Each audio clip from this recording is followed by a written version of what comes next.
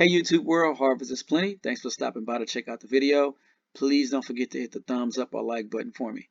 So when it comes to preparing food for SHTF, a possible grid down situation all across America, or the coming blackouts, there's a lot of things that people overlook. I think most people, they fantasize about it and they think that they're just going to stay in their house and not have to work and relax, that it's just going to be a vacation. But that won't be the case. You will be probably outside doing patrols or pulling security. Uh, you would have to probably be cooking, cleaning, washing, and doing a whole bunch of other stuff, fixing on things. Um, outside looking for barter to trade goods with other people for things that you don't have. It's going to be much more than what people think. It will not be just a vacation.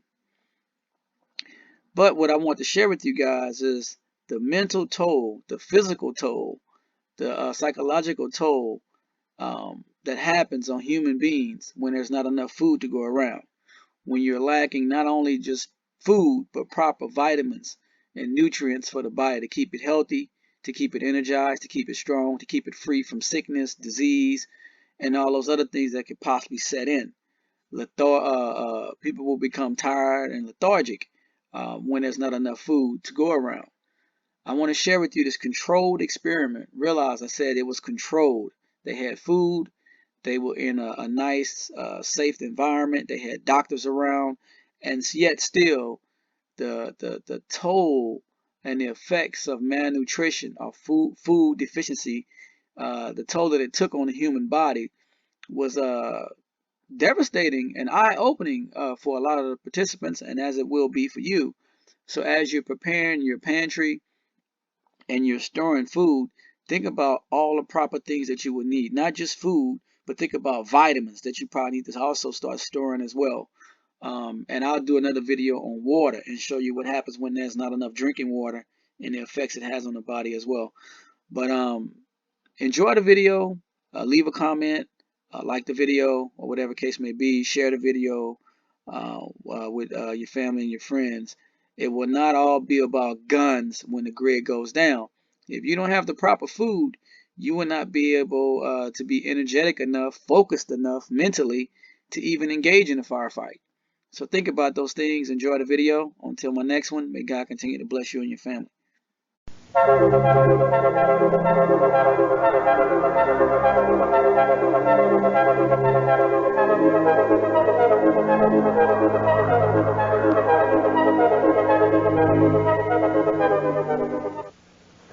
Hello, my name is Jim Graham.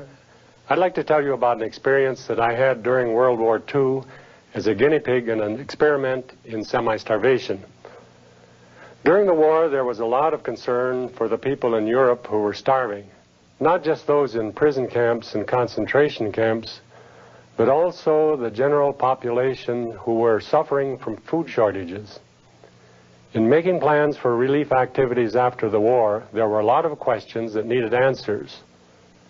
What do you feed a starving person to bring him or her back to health? What's the most economical use of food materials when supplies are severely limited? We knew fairly well what a starved person looked like and what starvation did to the human body. But until this time, there had never been an opportunity to measure exactly what changes take place in the body under starvation conditions. Nor had there ever been any scientific test to determine what best to feed a starved person to bring him or her back to health. So, Dr. Ansel Keys, who was director of the Laboratory of Physiological Hygiene at the University of Minnesota, proposed an experiment lasting 1 year using volunteers from among the several thousand conscientious objectors doing alternative public service throughout the United States. I was one of those conscientious objectors. Early in 1944, a call went out for volunteers for those of us who were working in various civilian public service projects. I had already spent a couple of years with the Forest Service, planting trees and fighting forest fires. This call for volunteers sounded like an opportunity to provide a worthwhile service, not just to our country, but to all humanity. I was one of more than 100 volunteers. Of those 100, 40 were selected to go to Minneapolis for clinical tests and interviews, and I was one of the final 36 chosen to take part in the experiment. The criteria for selection were: 1, we had to be in good health and free from chronic diseases or disabling defects. 2, we had to be in good mental health. 3, we had to be able to get along with others under periods of stress. And lastly, we had to have an interest in studying and preparing ourselves for relief and rehabilitation work after the war. In the middle of November 1944, we 36 reported to the University of Minnesota in Minneapolis.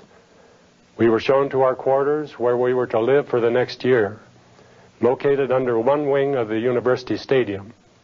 Here on the upper floor, we had our dormitory-style sleeping quarters, a comfortable lounge, a library, and classrooms.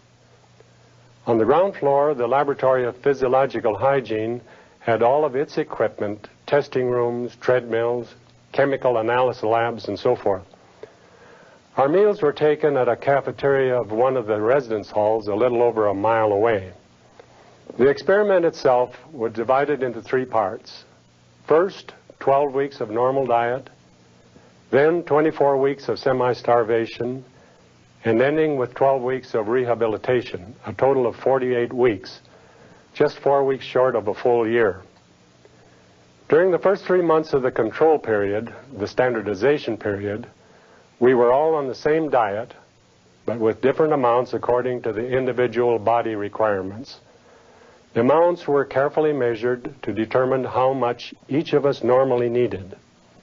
I started out at about 3,500 calories a day, which you might think would be enough for someone my size. I'm 6'2" and normally weigh about 175 pounds. But even at that level, I lost weight because I was fairly active. One of my hobbies is folk dancing, which I taught regularly at a local church. Furthermore, this was the middle of winter, so I was into all the winter sports, especially ice skating. Since I was losing weight, they kept increasing my food allotment. At the end of the 12 weeks, I was at 3,700 calories a day, and still losing weight, but not so rapidly.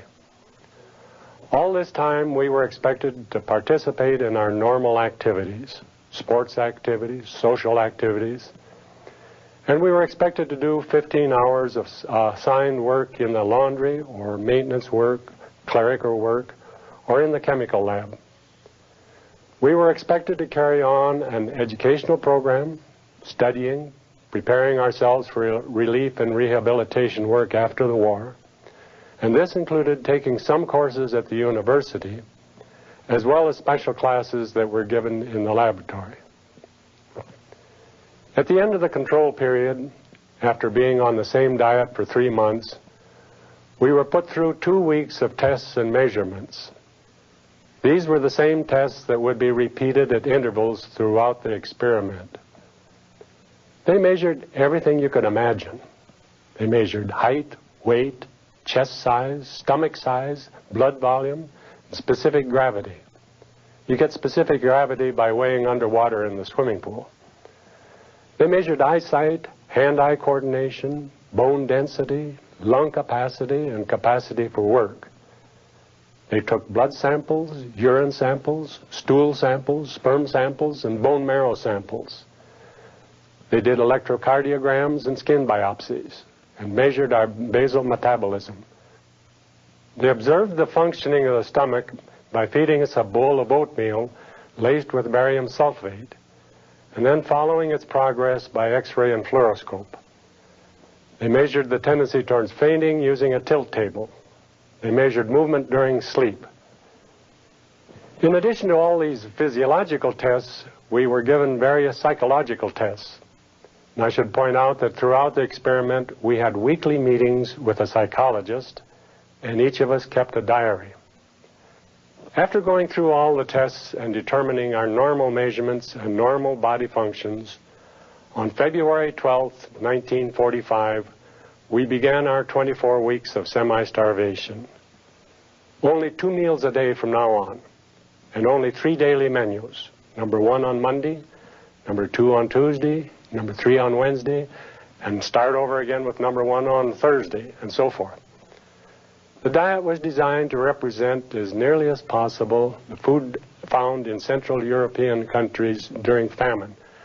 We had whole wheat, bread, potatoes, cereals, and lots of turnips and cabbage.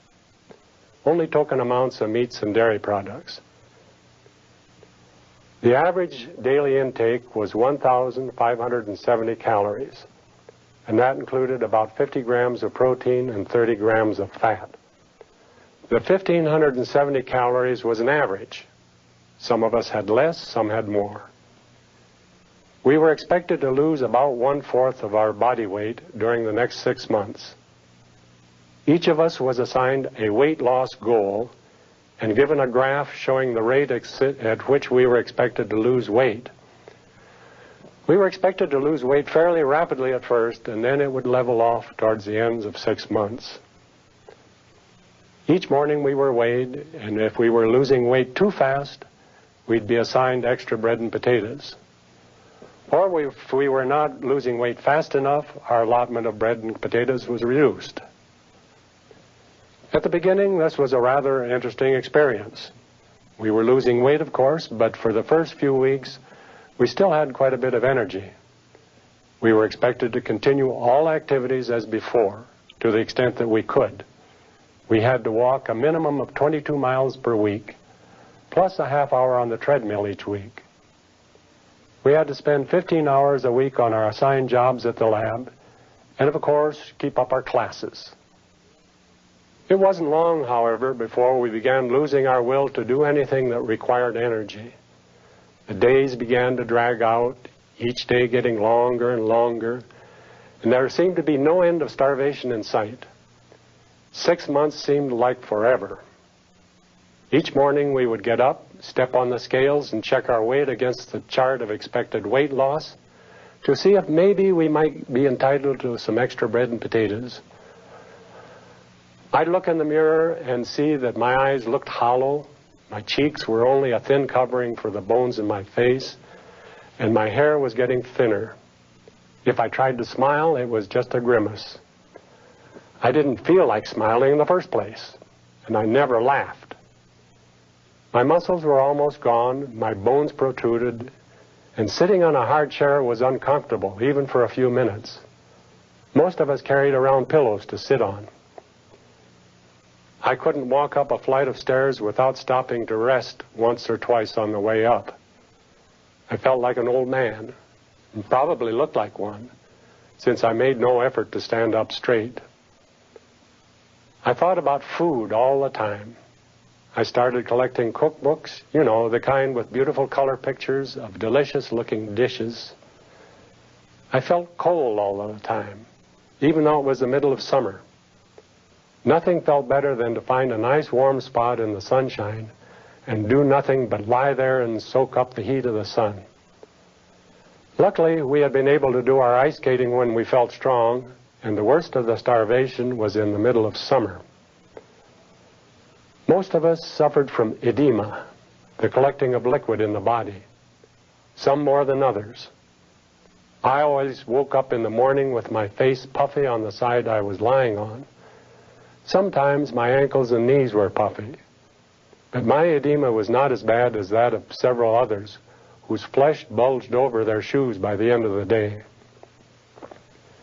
We became very irritable and intolerant. Little things seemed to annoy us. We were no longer polite with each other or with visitors. It seemed as if the veneer of civilization had been removed, leaving bare the animal underneath. We didn't enjoy having guests because it was an effort to entertain them, and we were not usually very diplomatic about showing our feelings about it. Food occupied our thoughts all the time. At mealtime, each one had his special way of dealing with the food. A couple of the fellows would eat their food quickly and then leave the cafeteria and try to forget about it.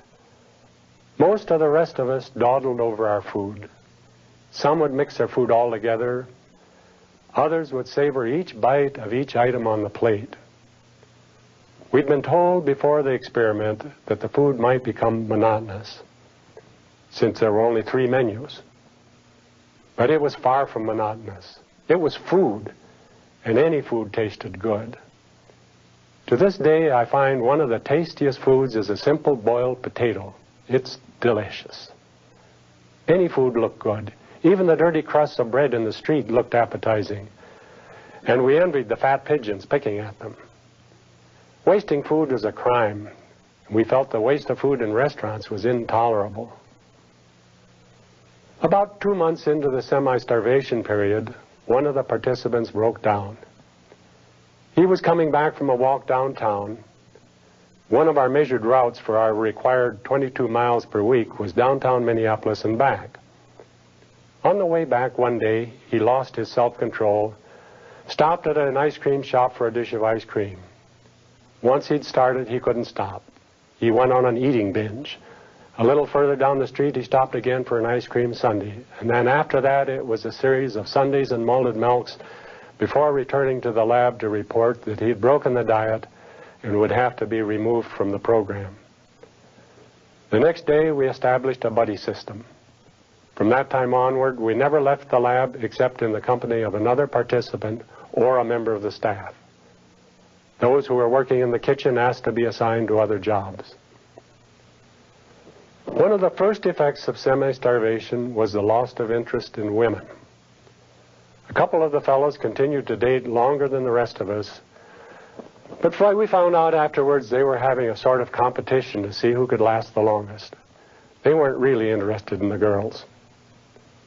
Sometimes we'd go to the movies, but even that became more of an effort than it was worth. The best parts contained scenes of people eating. If the picture was funny, we couldn't laugh, and the love scenes were absolutely boring. The human body is a marvelous machine. It adjusts itself automatically to a lower food intake. Body weight reduces, of course, but also heart size, lung capacity, stomach size. Everything slows down, particularly the metabolism rate. But the changes we noticed most were psychological changes.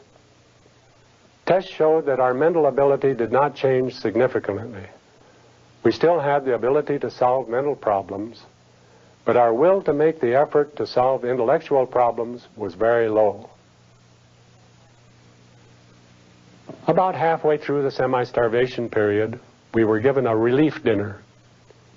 Instead of 2 meals, we had just 1 that day. The total calories for that day was about 2,300 calories. We'd been asked what menu we would like to have, and we were served a delicious meal of chicken and dressing with potatoes and gravy and a lot of other things. And we ended up with strawberry shortcake for dessert. That night, we suddenly discovered that everybody was getting up in the night to urinate. In the morning, we all weighed in several pounds lighter. Apparently, the extra protein from the chicken dinner had triggered the loss of body fluids that were causing edema. A few days later, we were all back to our pre-relief meal weights, but wondering how much we really weighed. As we approached the end of the semi-starvation period, our spirits rose. On July 29, 1945, was the day semi-starvation was to end, and we were to begin eating again. It was also my 23rd birthday. For the rehabilitation period, we were divided into 4 groups. The lowest group received an additional 400 calories, the second group an additional 800 calories, the third group 1,200 calories, and the highest group received 1,600 calories in addition to the average 1,570 that we had been receiving. So now the 4 groups range from a little under 2,000 calories to 3,170 for the highest group.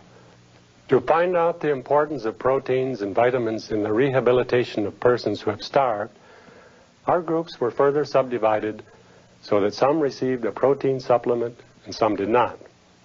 Some received a multiple vitamin pill every day, and the rest received a placebo. That is, a pill with no vitamins in it. Morale was high for a few days, but that did not last long when we discovered that the food we were getting was not enough to satisfy hunger. and we were not even beginning to gain weight. In fact, for the first few weeks, we lost weight as pounds of edema fluids were being replaced by healthy flesh. Signs of recovery were so slow in coming that we became even more despondent than during semi-starvation. Therefore, after 6 weeks, our food rations were increased another 800 calories.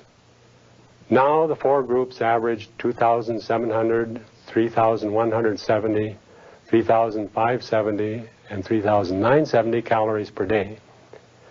Even those getting nearly 4,000 calories gained weight very slowly. By the end of 3 months' rehabilitation, none of us had yet reached normal weight. The war came to an end while we were still in the experiment. Germany surrendered in May, and Japan surrendered in August. Our experiment didn't end until October. Thousands of starved people were being released from concentration camps and prison camps. Questions were being urgently asked about the best ways to feed these people. Unfortunately, Dr. Keyes could only give tentative answers based on preliminary results of the experiment. Definite answers would have to wait until our experiment ended in October. The first conclusions announced by Dr. Keyes was that the starved people of Europe and Asia must be rehabilitated physically before talking to them about democracy, a reference to the psychological effects of starvation. He also said that the Minnesota experiment showed that supplements of vitamins or proteins were not necessary. Here I'm quoting Dr. Keyes in a speech he made in Chicago. Enough food must be supplied to allow tissues destroyed during starvation to be rebuilt. Our experiments have shown that in an adult man, no appreciable rehabilitation can take place on a diet of 2,000 calories a day. The proper level is more like 4,000 calories for some months. The character of the rehabilitation diet is also important, but unless calories are abundant, then extra proteins and minerals are of little value." End quote. These were generalizations while the experiment was just coming to a close. The medical staff spent the next 3 or 4 years analyzing the extensive data collected and published the final report in 1950, almost 5 years later. The report is over 1,300 pages in 2 thick volumes. It gives all the details of the changes that took place in our bodies, physical, chemical, and biological, but it also showed that the greatest changes were psychological. Depression and apathy changed more than body weight. After the experiment was over, I was still hungry for a long time. Even when I could eat all I wanted, I would finish a meal and still feel hungry. My stomach just would not hold anymore. For months I carried candy bars or cookies in my pocket and munched continually. Naturally, I got fat. In 6 months, I went from a low of 122 pounds to a high of 225 pounds. It took me 3 years to get back to normal weight and normal eating habits. In conclusion, I would like to say that I have experienced hunger and the apathy and depression that goes with it. But we lived in sanitary quarters under the constant care of doctors. Most people in areas of famine die of other diseases because of the body's inability to resist disease. Furthermore, we knew that it would all be over on a certain date. I often think how horrible it would be to be starving and never know when it would end, if ever.